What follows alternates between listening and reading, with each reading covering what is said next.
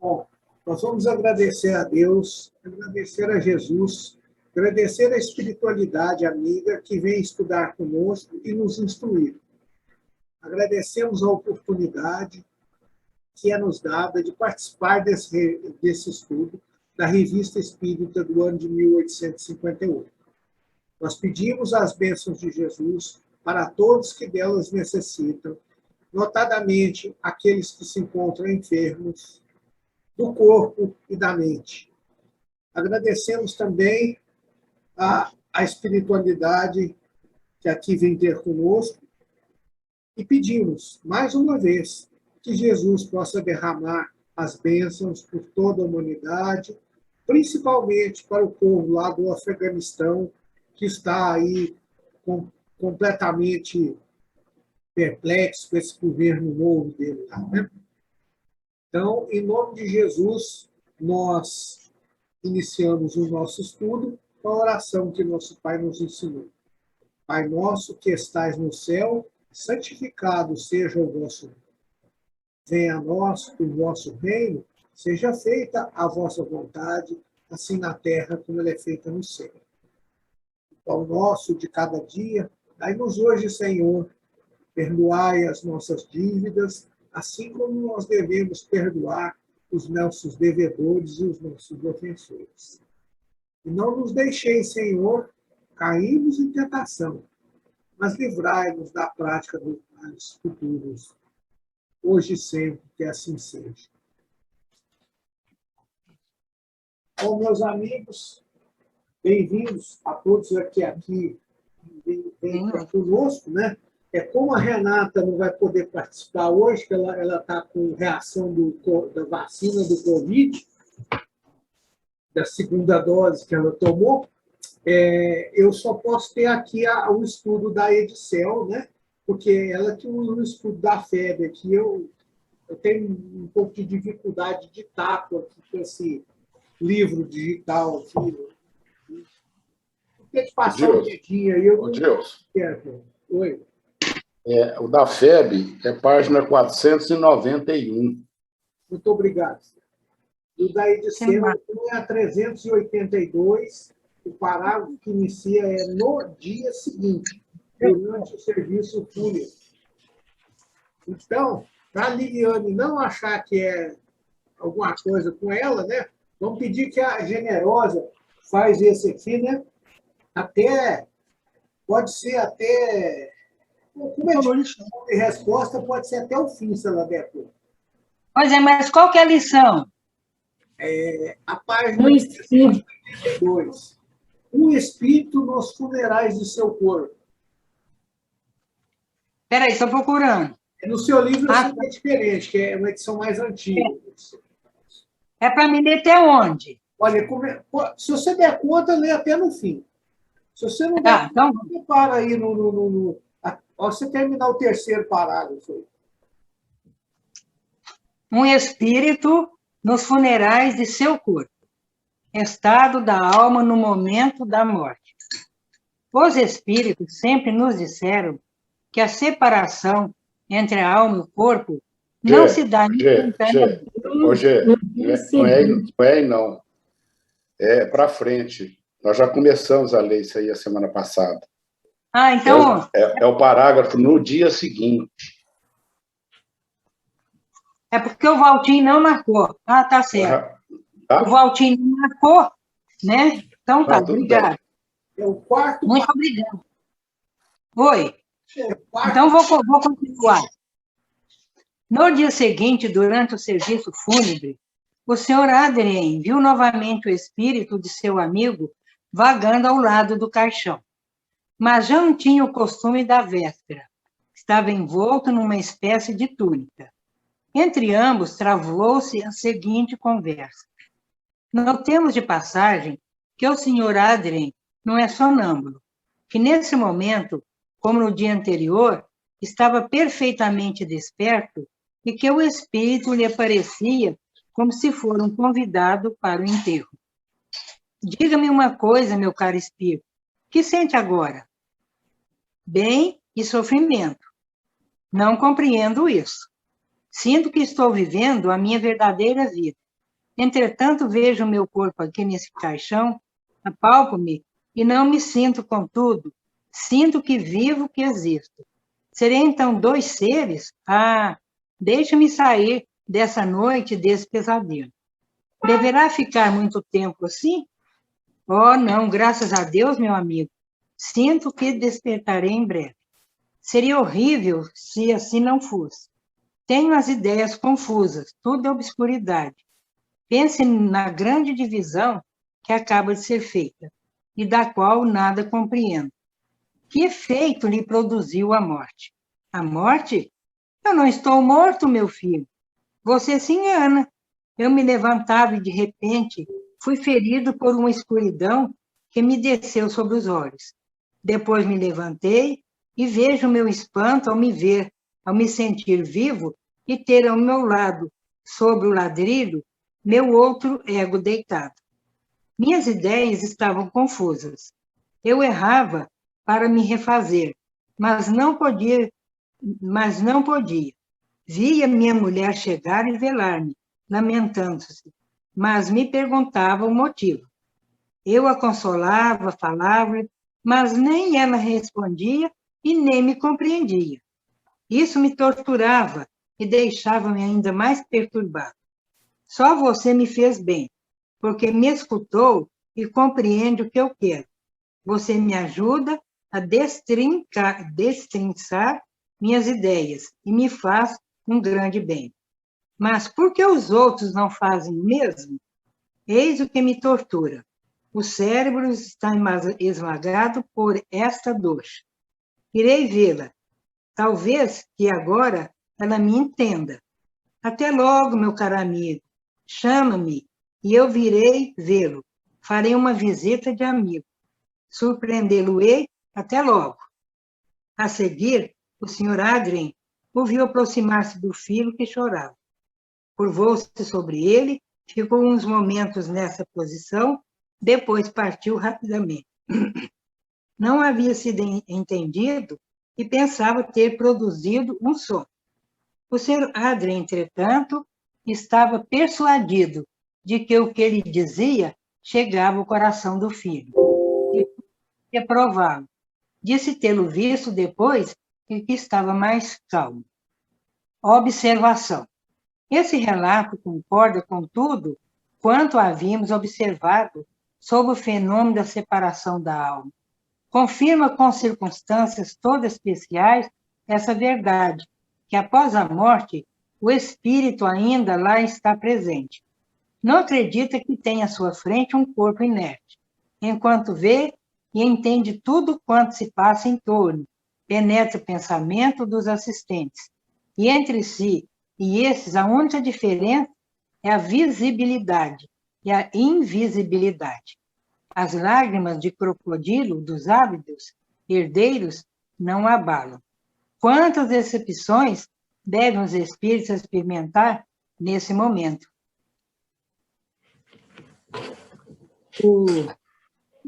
Eu esqueci da semana passada quem é que morreu. Só você me falar que eu já sei. Gilson. É outro, né? O senhor Adrien é o médium, né? Que estava vendo.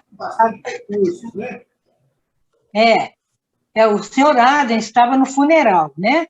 Desse senhor X. Então, ele viu aquele amigo lá vagando de um lado do caixão, andando para lá e para cá, como ele tinha costume mesmo. E ele estava envolto com uma túnica, né? Então, aí, o senhor Adrien falou assim, que o senhor Adrien não é sonâmbulo, e que no dia anterior ele estava desperto, e que o espírito aparecia como um convidado para o enterro. Olha que engraçado. Aí ele perguntou para o espírito assim, como que você sente? Ele fala, bem, mas engraçado, eu estava andando para lá e estava bem em sofrimento. Aí ele falou assim, não compreendo isso de jeito nenhum. Eu estou vivendo a minha verdadeira vida. Entretanto, ela achava engraçado e estava vendo o corpo dele no caixão. Ela palpa e sentia ele mesmo. E ele fala assim, eu sinto que estou vivo. né? Então, é aquela perturbação natural da morte. E ele perguntou, será que eu sou duas pessoas, dois seres? Né? E parecia que ele estava tendo um pesadelo também. Aí o Soad perguntou para ele assim, você vai ficar assim muito tempo? Aí ele disse, não, graças a Deus não, meu amigo, eu vou despertar em breve. Seria muito difícil para ele continuar nessa perturbação. E então aí ele falou assim, é uma divisão mesmo, né? O espírito que não tem aquela condição de saber do desencarne, então ele fica perturbado, porque ele vê no caixão, ele vê que ele está andando, aí ele chegava perto da mulher dele, né? Conversava, falava, a mulher não ouvia, não compreendia aquilo que ele estava falando, as ideias dele também estavam muito, muito confusas. E ele falava assim, que ele não estava morto, não, né? Porque o espírito dele ali estava presente. E aí ele fala também que ele levantava, né, também, e estava vivo. Aquela perturbação deve ser horrível para a pessoa que não tem essa consciência do desencarne. Então, ele viu que o ego dele, quer dizer, ele estava deitado e estava andando também. As ideias muito confusas, e ele queria se refazer. Ia perto da mulher, conversava, a mulher não ouvia. Ele falava que ele estava consolando a sua esposa, mas também ela não entendia. Aquilo ali está sendo uma grande tortura para ele, porque ele estava muito perturbado. Então, ele continuou falando que essa tortura era muito grande. E o cérebro dele, interessante essa palavra, esmagado, né, pela dor. E depois eu falo também que ele iria, quando estivesse melhor, que ele iria visitar a esposa, e que ela iria surpreendê-la também. E o senhor Adrien viu que o senhor X se aproximou do seu filho também, que estava chorando. E ele curvou sobre aquele jovem e de certo, falou alguma coisa, né, e partiu. Mas parece que o moço também, quando não está ligado no espírito, a pessoa que não ouve também, né? Então, ali ele estava muito perturbado também. E é muito difícil. Aqui fala sobre a separação da alma e do corpo, é muito difícil. E agora, quanto mais nós estudarmos e nós fazemos o bem, nós vamos, nesse momento difícil, não vai ser tão difícil para nós. Então, só vou relatar uma coisinha simples. Um primo nosso desencarnou aos 39 anos de um AVC quase que fulminante. E aí nós fomos no velório e estavam a família, muitos amigos lá de Araxá, no velório, e na hora de quase do sepultamento, de fechar o caixão, meu pai, que era um médium vidente, aí ele viu o espírito do meu primo tentando levantar o corpo do caixão. Ele falava assim, levanta, ele, o espírito, falando para o corpo dele, levanta, levanta, eu não quero morrer, eu não morri, levanta, levanta. E ele não se conformava de ter desencarnado muito moço, de um AVC. O papai ficou vendo aquilo ali, e ele estava muito perturbado. Então, é a mesma coisa disso aqui. Muito obrigado. André Luiz. Papai do André Luiz. Bom, viu? Oi, Walter. Deixa eu abrir o estudo de vocês. Essa história aqui, ela é simples, mas ela é muito profunda e cheia de enigma. O espírito está liberto da matéria, não é? Está liberto da matéria. Ele falou que está em paz e sofrimento. O sofrimento dele, sabe qual que é? A dúvida. Ele não estava culpado de erros, de crime, não. De inimigo lá cobrando dele, não. Era a dúvida, a incerteza da morte. Ele estava em pé e bem. Você não acha? Ok, pode começar, pode continuar. Eu não sei, eu acho que ele se considerava morto já, se sabia o corpo dele morto, né? Sabia o que é a morte. Ele não sabia o que é a morte. Como a maioria da humanidade. Nós espíritas também. Ele só achava que ele iria conseguir comunicar com a mulher, né? E com as pessoas lá, e viu que provavelmente até tenha sido a mulher que encontrou ele, né? Ele falou que viu o corpo dele estirado ali no ladrilho, né? Talvez ele tenha passado mal, morrido no banheiro, como muitas pessoas morrem, né?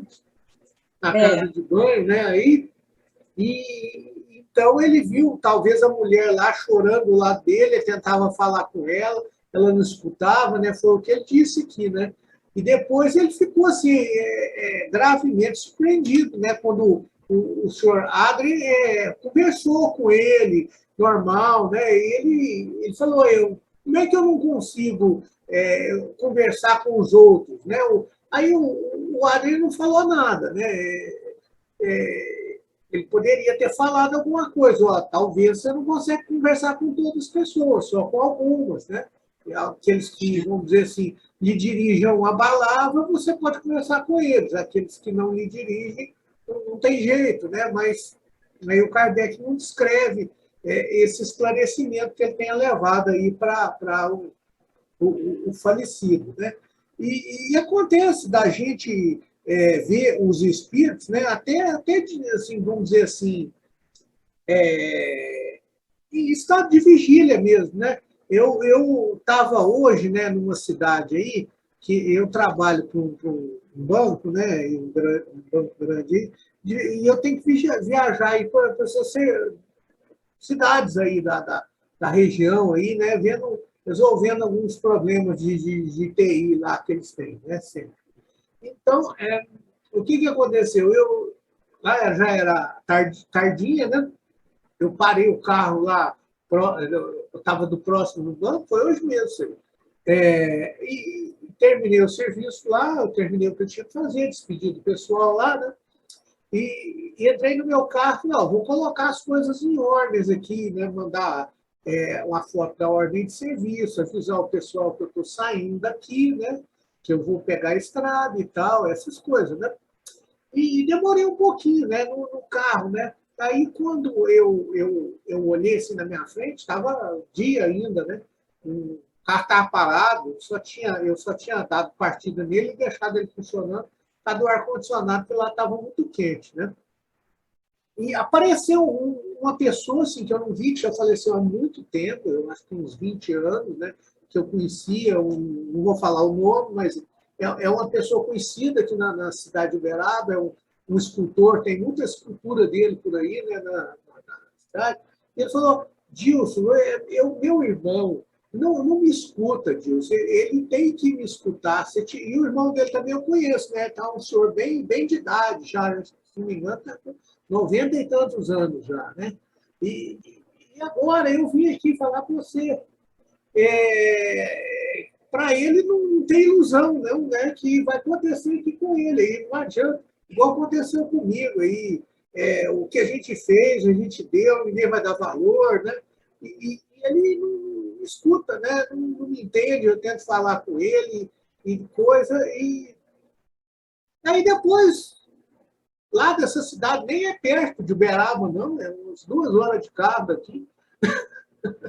Então, aí pegou e falou: eu não tenho como falar com ele, né?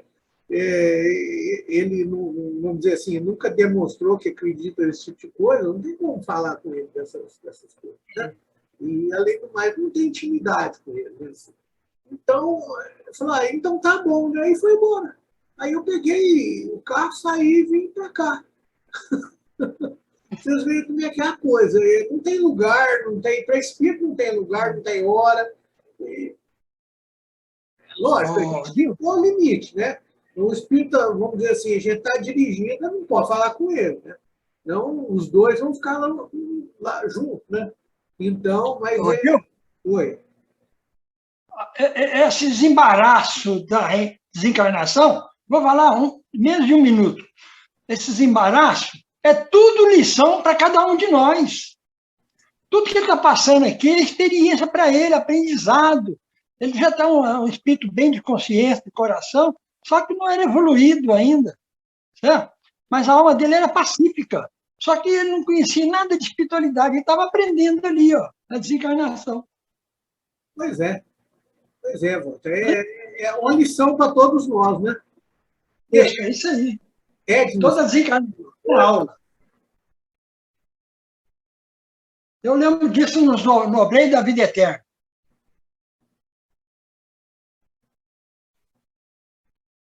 Sumiu? Não. Não, o nosso tá bom. Tá ligado.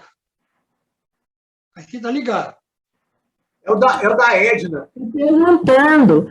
Aí o Espírito falou que ele queria falar e desapareceu. Não entendi, Edna. É porque cortou. Agora que seu microfone cortou. O Espírito falou que ele queria falar e desapareceu. Desapareceu. Qual que você está falando? O Adrian ou... O seu. O que apareceu para você? Estava sentado no banco do carona.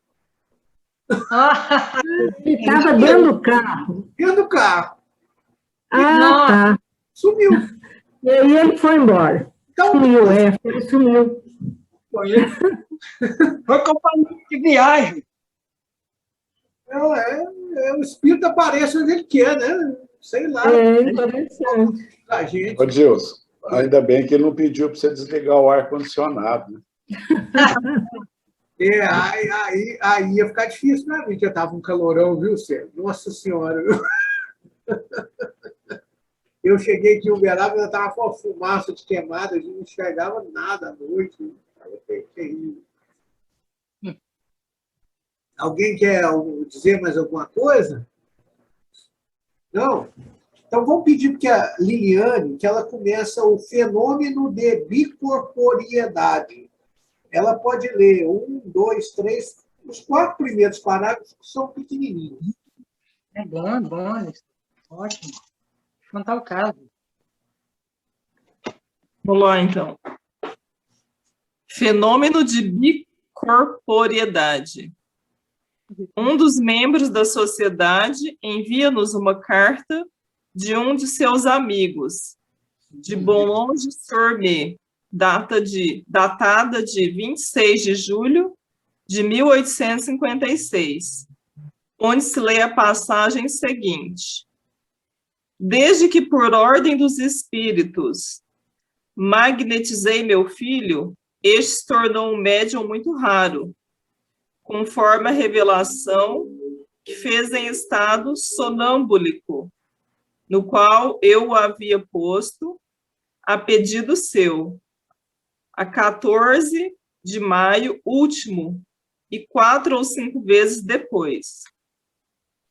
Para mim, é fora de dúvida que, desperto, meu filho conversa livremente com os espíritos, com quem deseja, por intermédio de seu guia, que chama familiarmente de amigo, que é à vontade, ele se transporta em espírito aonde deseja. Vou citar um fato cuja prova escrita tenho entre as mãos. Faz hoje exatamente 1 mês que estávamos na sala de jantar. Eu lia o curso de magnetismo do Potete, quando meu filho tomou o livro e o folheou. Chegado a uma certa passagem, seu guia lhe disse ao ouvido: leia isto.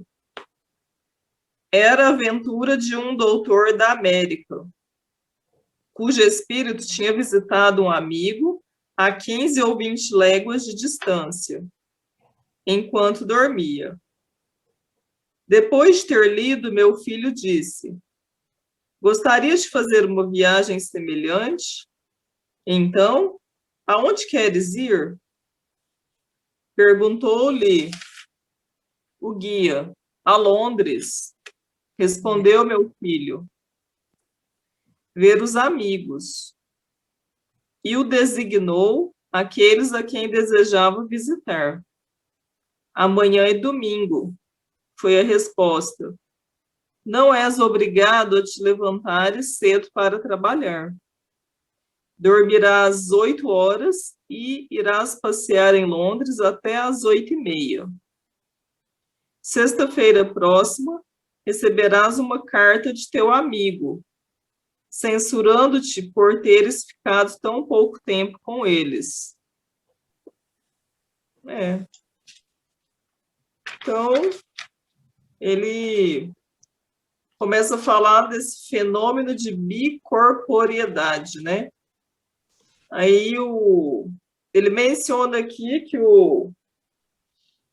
do filho dele, né, que magnetizou o filho. O médium, ele tornou-se médium, né? E ele tinha o estado sonâmbulico e nesse parágrafo ele fala que no sono ele ia para Londres, né? Que ele ia visitar lá, mas é bem curioso essa passagem aí. E assim, com certeza é uma mediunidade diferente, assim, né? Esse fenômeno aí da bicorporeidade. Mas é tranquilo, mas se você quiser comentar alguma coisa, fica à vontade. Bom, eu não vou comentar, eu vou só esclarecer algumas coisinhas, tá? Esse aí que ele fala é o Barão de Poté, tá? É um dos expoentes do magnetismo pós-Mesmer, tá? Tem um livro dele aí, que é um livro dos clássicos do magnetismo, né? Então, é isso aí a respeito do livro, é o que eu tenho a dizer, né? E a questão da bicorporeidade é muito intrigante, né? Ele fala, não, é domingo, você não vai ter que levantar cedo para trabalhar. Então, você vai poder hoje levantar, dormir bem e vai poder sair, né? O Valdo Vieira chamava isso de viagem astral, né? De sair e ir lá visitar Londres, né? E você vai encontrar com seus amigos, eles vão te ver, né? Quer dizer, ele estaria lá, tipo assim, o Eurípides Barçanufo, né? Com o corpo completo, né? Só que você tem que ficar aqui deitado na cama, né? O seu corpo vai ficar aqui deitado na cama e você vai desdobrar até esse lugar aí, eles não vão perceber que você está em desdobramento, que seu corpo físico não está lá, né? Eles vão te falar, mas você ficou pouco tempo conosco, né? Pouquinho tempo, né? Mas porque naquela época, né? Uma viagem para Londres não era fácil, eles tinham que pegar um trem, né? Uma carruagem até lá Dover, né? E atravessar de barco, né? Atravessar de barco o canal em inglês lá, o canal da Mancha, que tanto faz o nome, né? O canal é o mesmo. E chegando lá até Pas de Calais, né? Passo de Calais, e atravessar Dover, na Inglaterra, do outro lado, né? São uns 10 quilômetros, dá para você ver, você chega em um lugar lá, o mirante, você olha, você vê a Inglaterra, e Dover é alto, tem umas penhascos, assim, você vê também a França, né? Então, você vai chegar lá, tem que pegar esse barco e pegar um trem ainda, né, para Londres. Então, iam umas boas 8 horas de viagem, ou mais naquele tempo. O cara ir, né? Tem mais 8 para voltar, né? Tranquilo. Se não pegasse um tempo ruim, aí tinha que esperar mais para atravessar, né? Então, os amigos não iam acreditar. Você fazer uma bruta de uma viagem dessa para ficar tão pouco tempo conosco, né? Mal sabem eles que o sujeito foi ali em desdobramento e não lhe custou nada em termos de deslocamento material, né? Então, Walter, você quer fazer alguma colocação aí? Não, eu vou esperar a Alemanha. Vai esperar a Alemanha. Tá bom, tá, isso aí estou satisfeito. Eu quero fazer uma pergunta, Dilson. Então, Ó, ele fala assim, ó. Cadê? Desde que, por ordem dos espíritos, magnetizei meu filho. Este se tornou um médium muito raro, conforme a revelação que fez em estado sonambúlico. Como? Não entendo isso aqui. Magnetizou o filho dele? Como? Eu estou perguntando isso porque eu li num livro sobre mediunidade que fala assim, que os espíritos obsessores, eles magnetizam a pessoa e a pessoa faz coisas que não quer fazer por causa do magnetismo. E por isso que eu estou perguntando se tem alguma coisa a ver. Ivonete, isso aí vamos dizer assim, ele não transformou com o passe, né, com aquele magnetismo que ele aplicou no filho dele, ele não transformou o filho dele em médium, de forma alguma. Apenas ele despertou uma mediunidade que já existia. Não tem como você dar um passe numa pessoa e ela sair vendo espírito, conversando com eles, né? Assim, se ela não tinha uma mediunidade guardada lá, alguma coisa que ela não despertou, né? Então, é isso aí, né? E agora, a questão da magnetização, ela tem muito a ver com a vontade da pessoa, né?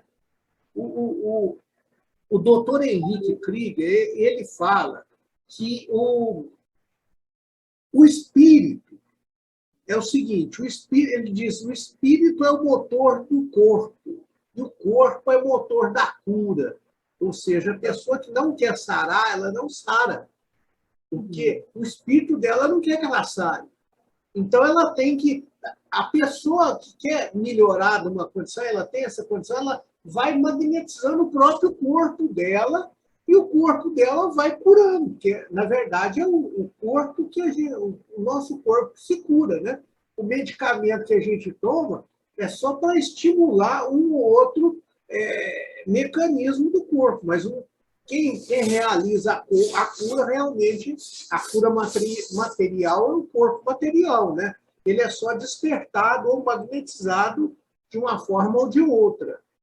Entendeu? Então, a gente... Agora, o que tem que ficar bem claro é, por exemplo, aquele magnetizador, aquele hipnotizador, né? O que diz que é impossível hipnotizar uma pessoa que não quer ser hipnotizada. Você sabia disso, né? Que ela não tem suscetibilidade, ou ela não quer... A vontade do espírito ela não pode ser quebrada por um terceiro. Então, o que acontece? Qualquer influência que um espírito possa ter em cima de outro espírito encarnado, ele não pode modificar o caráter do espírito, ele só pode liberar alguma coisa que já está lá dentro. Então, não vai existir assim, o espírito me mandou matar o fulano de tal. Isso não vai acontecer. O sujeito já estava com vontade de matar o fulano de tal, o espírito lá deu a ele, foi uma forcinha, vamos dizer assim, foi a colher, a gota d'água, né, como se diz, a colher de chá que ele precisava, mas é uma coisa que ele já queria. Não adianta a gente botar a culpa nos espíritos de atos que são nossos materiais, não, né? Porque eles são atos espirituais também. Vamos ver, mãe? Ou então, a Liliane leu, né? Vamos pedir esse ponto aqui, que é mais complicadinho, vamos pedir para a nossa querida Regina, para que ela dê seguimento aqui, pelo menos até a pergunta, deixa eu ver o relógio aqui, até a pergunta número 7. Ok, Gilson. Efetivamente, no dia seguinte pela manhã, à hora indicada, ele caiu num sono de pedra. Despertei-o às 8h30. Ele não se lembrava de nada. Da minha parte, nada lhe disse, esperando os acontecimentos. Na sexta-feira seguinte, eu trabalhava numa das minhas máquinas e, como de hábito, fumava, por ter acabado de almoçar.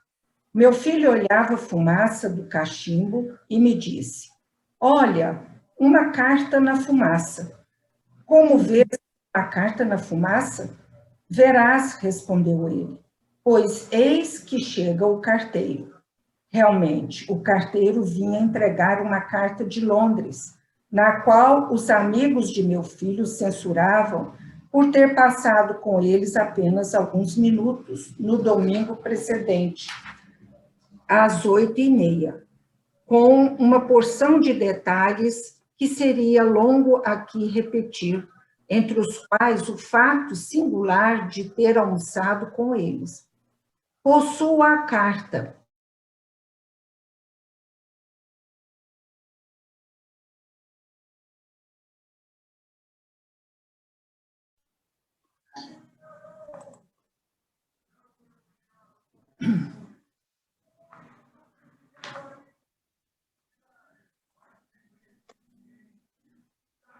Dilson, já voltou, né? Pode continuar, Dilson? Dilson voltou.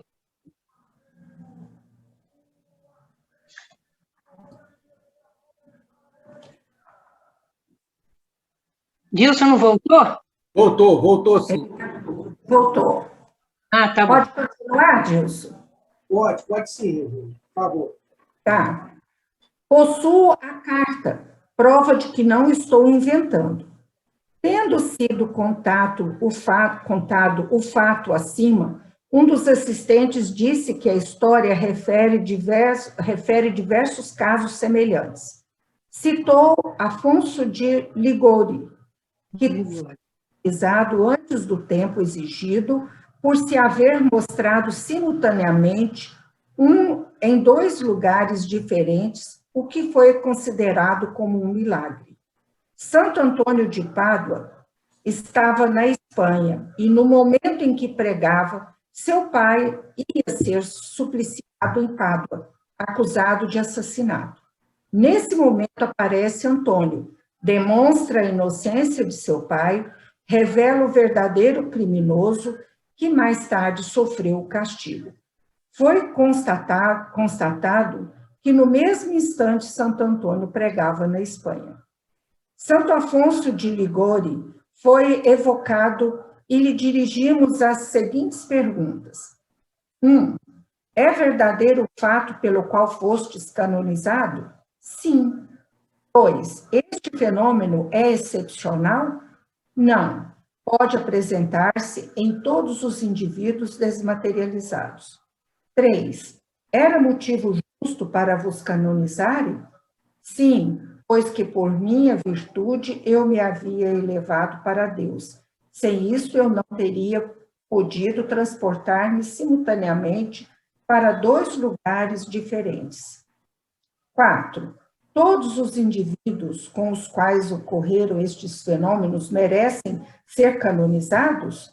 Não, nem todos são igualmente virtuosos. 5. Podereis dar-nos uma explicação desse fenômeno? Sim. Quando o homem, por sua virtude, se acha completamente desmaterializado, quando elevou sua alma para Deus, pode aparecer simultaneamente em 2 lugares, do seguinte modo: sentindo vir o sono, o espírito encarnado pode pedir a Deus para se transportar a um lugar qualquer.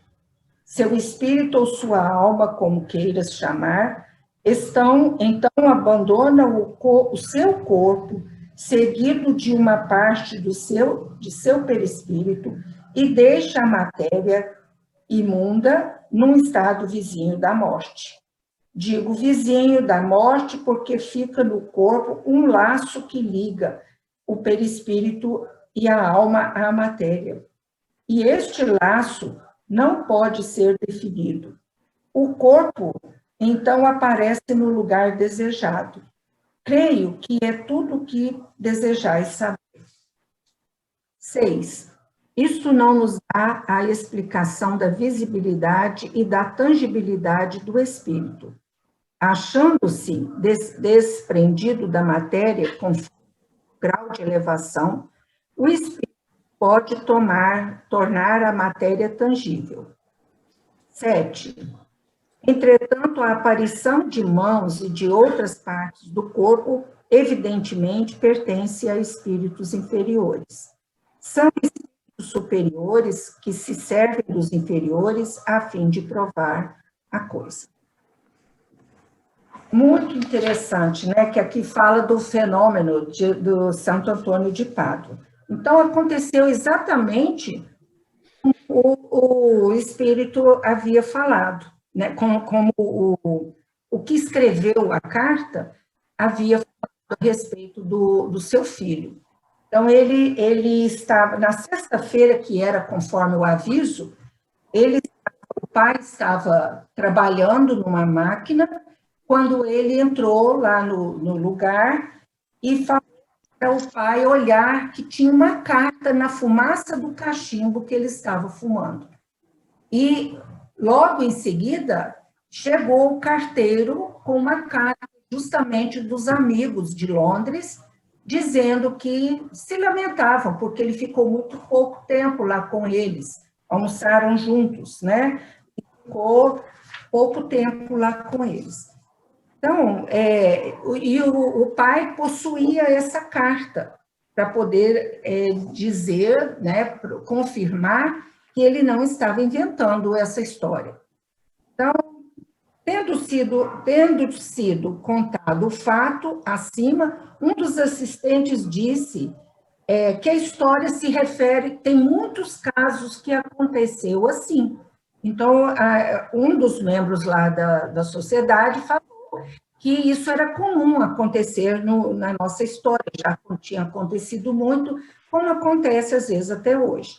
Então, ele citou o exemplo de Santo Afonso de Ligório, que foi canonizado antes do tempo, porque ele tinha sido confirmada a sua presença em 2 lugares, e que foi isso considerado um milagre.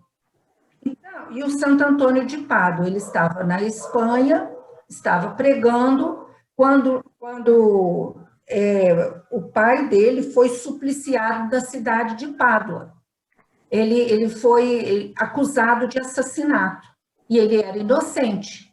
Então, ele materializou-se lá em Pádua e falou sobre ele deu um verdadeiro depoimento da inocência do seu pai e revelou o verdadeiro criminoso.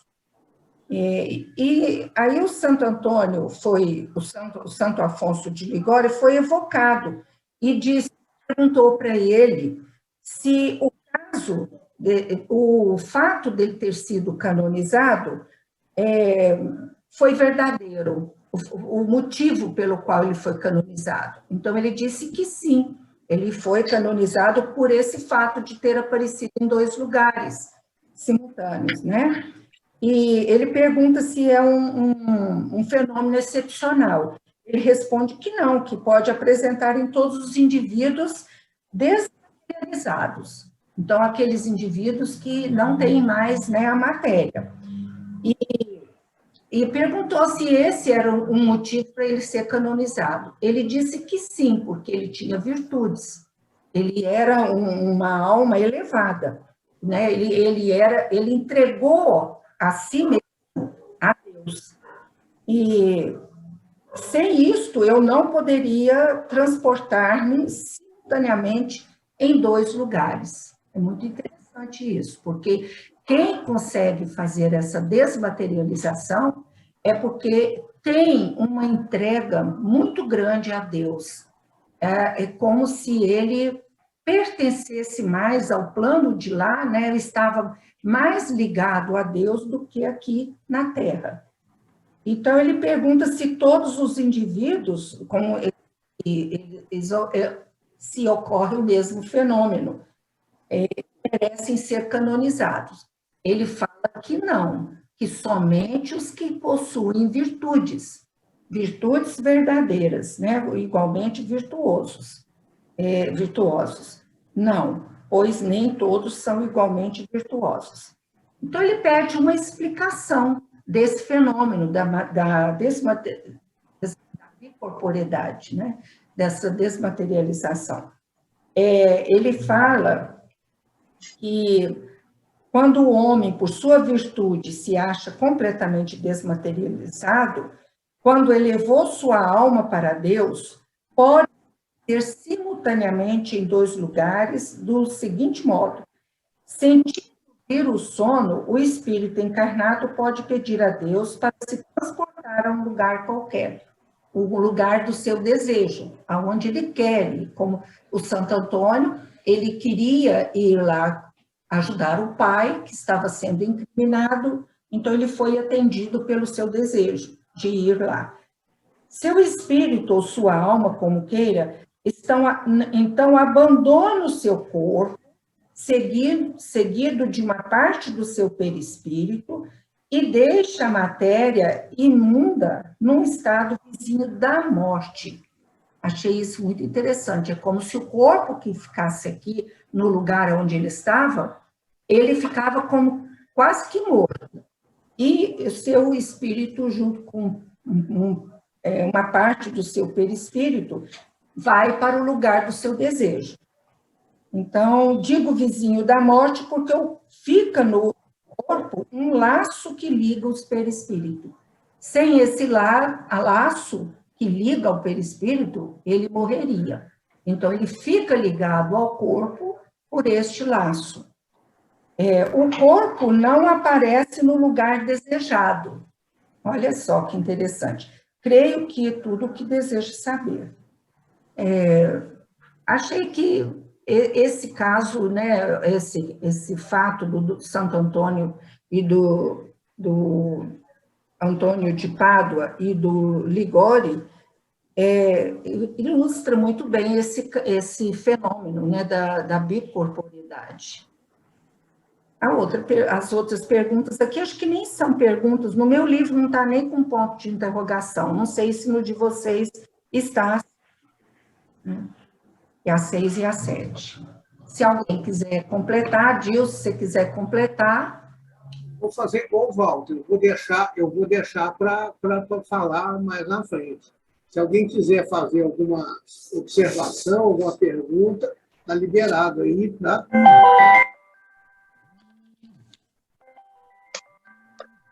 Nada? Então, eu vou pedir para a Terezinha começar a fazer a restante, porque não é difícil, não. Dá para fazer até o fim aqui. Ok. 8. O sono do corpo é indispensável para que o espírito apareça em outros lugares?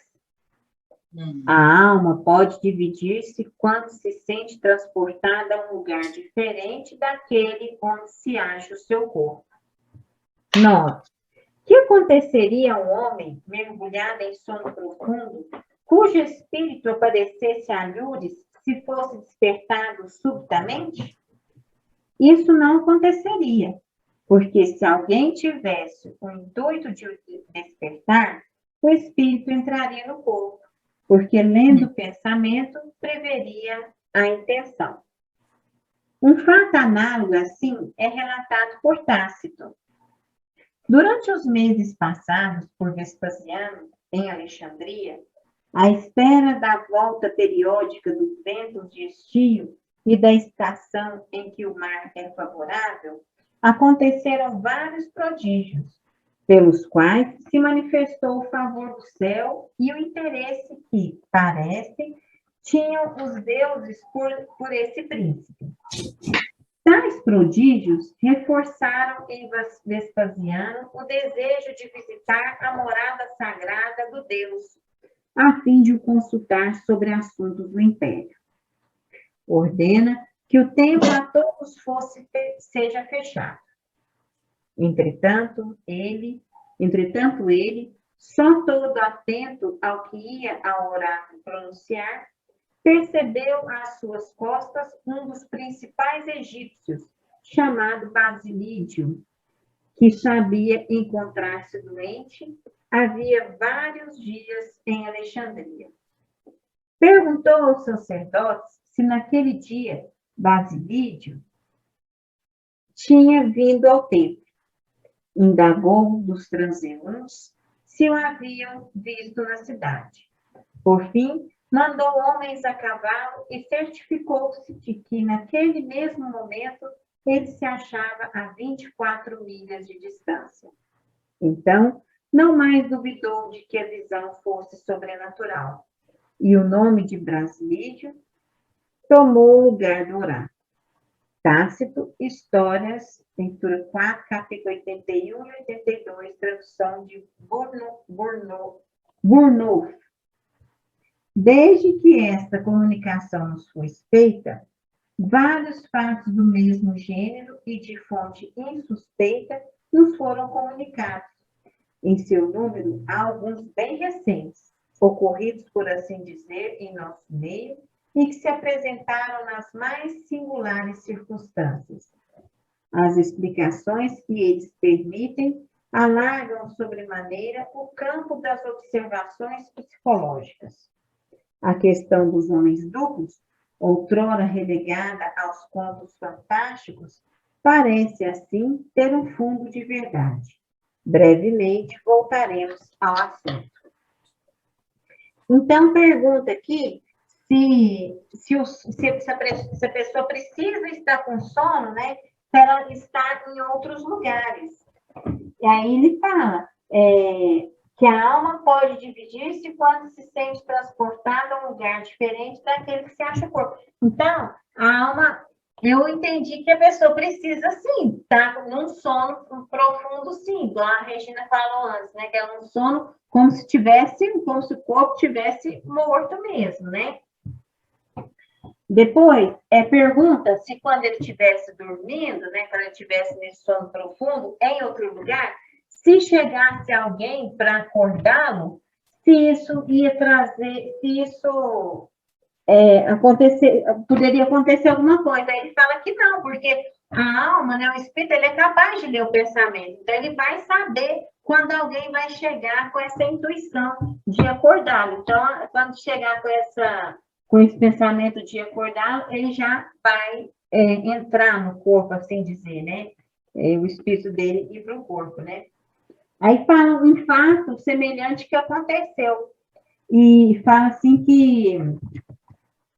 deixa eu lembrar aqui. O que conta é que o homem queria ir ao oráculo, consultar sozinho, pediu para que todas as portas fossem fechadas do oráculo e que somente ele pudesse consultar. E que nesse momento chegou uma pessoa com quem ele conversou, mas que foi depois visto que essa pessoa também estava em outro lugar, a 24 milhas de lá. Milhas, sei lá, acho que é a palavra é milhas, não lembro do número. Que ele estava em outro lugar. Aí que fala que desde que essa comunicação foi feita, né, surgiram várias indagações, vários outros casos, e que irá falar mais para frente mais sobre esse assunto. Isso foi o que eu entendi. Se alguém puder completar, por favor. Obrigada. Não vou completar nada, eu vou só esclarecer, eu vou deixar o tempo seguinte para o Walter comentar. Tácito foi um general, historiador e político romano. Tá? Ele é famoso por ser um conciliador. Dele, nós herdamos a expressão em português de acordo tácito, que seria um acordo de conveniência feito entre dois inimigos. Então, vou passar para o Walter aqui. Walter? O que eu vou observar aqui, eu não sei se está correto, 100%, mas no mínimo 50%. Os espíritos evoluídos, que têm responsabilidade, quando vai ocorrer um fenômeno desse, em qualquer lugar do planeta, eu acredito que espíritos amigos deles ficam vigiando o corpo por causa desse problema, de chegar alguém e acordar ele, fazer um ruído, tem um problema lá, um incêndio, né? O cara está longe fazendo a tarefa, né? Então, o corpo não pode ficar abandonado, só por conta do espírito. O espírito está longe, recebe um aviso e vem. Mas, antes disso, os colegas que estão vigiando o corpo dele, que é muito sério, muito perigoso. Eles falam que o Eurípides Barçanufo, quando ele saía do corpo durante as aulas, os alunos dele ficavam vigiando, né? Você vê que é humano. Mas como ele é um espírito evoluído e sério, amigos espirituais também ficam ali, vigiando o ambiente, né? Porque, coitado. Certeza, né? Porque a criança gosta de fazer brincadeira, então eles estavam bem inspirados pelos amigos espirituais. Né? Agora, espera aí, quando é um médium mais atrasado, acredito que já vai ser difícil um amparo espiritual. Um médium atrasado, mas que tem faculdade. Ok? Sério? Aproveitando só a lembrança do Dilson aí do Barçanufo, né? E a questão número 8, que a Terezinha destacou, era a minha dúvida também.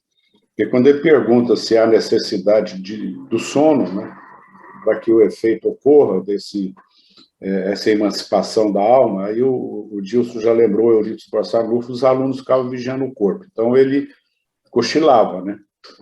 Porque me leva assim, eu não conheço a história completa, o Santo Antônio de Pádua, né? Que aqui só diz assim, enquanto ele pregava em um lugar, ele defendia o pai em outro. Então, pregava em um lugar, então ele estava pregando, ele estava na ativa. Então, provavelmente, como eu não conheço a história completa, talvez ele teria aí entrado num cochilo, num estado aí meio, né, de sono. É isso mesmo, Dilson? Eu não conheço a história. Ele cochilou ali em cima do púlpito. Ele ficou em êxtase 2 horas. Ele ficou paralisado 2 horas, em frente ao púlpito e todo mundo esperando. Isso aí eu sei a história. Ele ficou paralisado. Esclareceu a história, tá bom. Ele aqui fala que ele, enquanto ele pregava, né? Pregava, ele defendia o pai e outro. E tem um detalhe também, gente, só por curiosidade, Regina, rapidinho aqui. Eu não sei, eu não prestei muita atenção, porque eu estava meio distraído com o que a Regina estava lendo. Eu não sei se no livro de vocês, da Edicel, aqui fala que, quando vai contar o caso do Santo Antônio de Pádua, diz que ele achava-se na Espanha e depois foi defender o pai em Pádua, né? E, na verdade, ele estava na Itália, estava em Pádua pregando e foi defender o pai em Lisboa, em Portugal. Lisboa. Eu não sei se o de vocês está assim também. Na minha vista, está como se ele estivesse na Espanha e defendendo o pai em Pádua. Gente, eu não sei se vocês concordam comigo, mas a 8 não respondeu a pergunta. Porque pergunta se o sono do corpo é indispensável. A resposta: a alma pode dividir-se quando se sente transportada a um lugar diferente daquele onde se acha o seu corpo. Não respondeu a pergunta. Mas por isso que eu perguntei, Terezinha, porque o exemplo que o Dilson deu do Eurípides Barçanufo, ele cochilou, e a AG completou com o Santo Antônio, que ele ficou paralisado mesmo. Né? Então, não dá para agir ao mesmo tempo.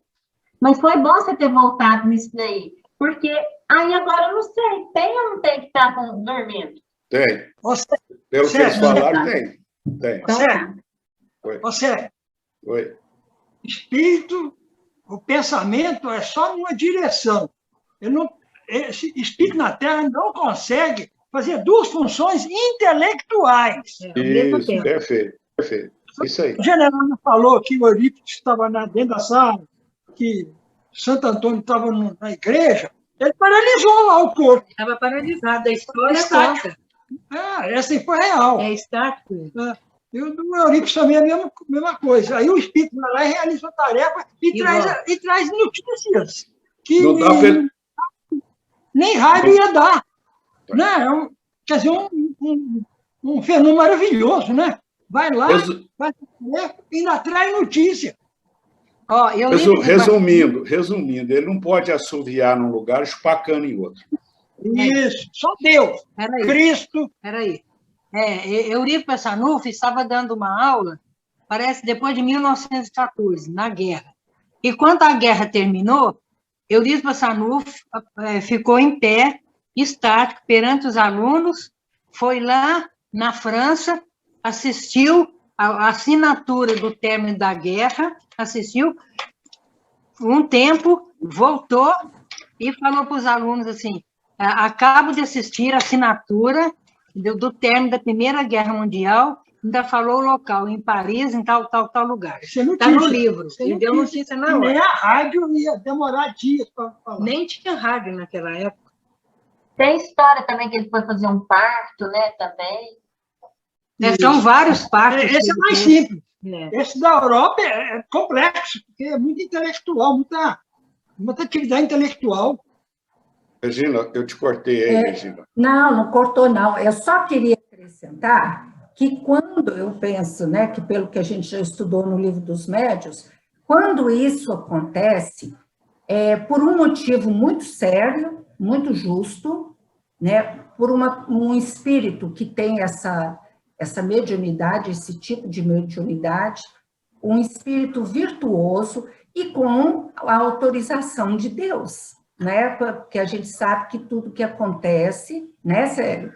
A gente já estudou lá no Livro dos Espíritos, Deus é porque concede isso. Igual fala aqui, e se a pessoa estiver dormindo e alguém despertar? Isso não vai acontecer, porque esse transe, né, essa bicorporeidade, ela é concedida por algo muito sério, igual imagina o Santo Antônio de Pádua, né? Está pregando e o pai lá está sendo condenado, ia ser morto, ia ser julgado e morto. Então, ele tinha, né, era como assim, uma necessidade de atender o pai, porque ele foi liberado e o criminoso foi revelado. Né? O Ligório, o santo de Ligório lá, eu não sei porque ele não fala as duas aparições que ele teve, né? Mas a gente sabe que é por motivos, né, sérios, muito fortes, e também concedido pela espiritualidade maior, né? Regina, esses também são superiores. Eles são da mesma equipe. Virtuosos, né? Como fala aqui. Quem tem virtudes são bons, são espíritos elevados. Uma observação só, rapidinho. Antônio de Pádua era português de uma família muito rica, igual como é que chama? Francisco de Assis, e o nome dele era Fernando de Bulhões. Depois ele mudou o nome para Francisco Antônio de Pádua. Pádua é o lugar onde ele morou. Só para ficar claro aqui para todo mundo, que existe muito folclore a respeito da vida, da obra de Santo Antônio. Tá? Inclusive, existe até uma doença com o nome dele, chamado fogo de Santo Antônio. Então, a gente tem que ter o cuidado de separar o que é crendice popular do que aquilo que está alicerçado dentro de uma condição de verdade. Né? As leis espirituais, né?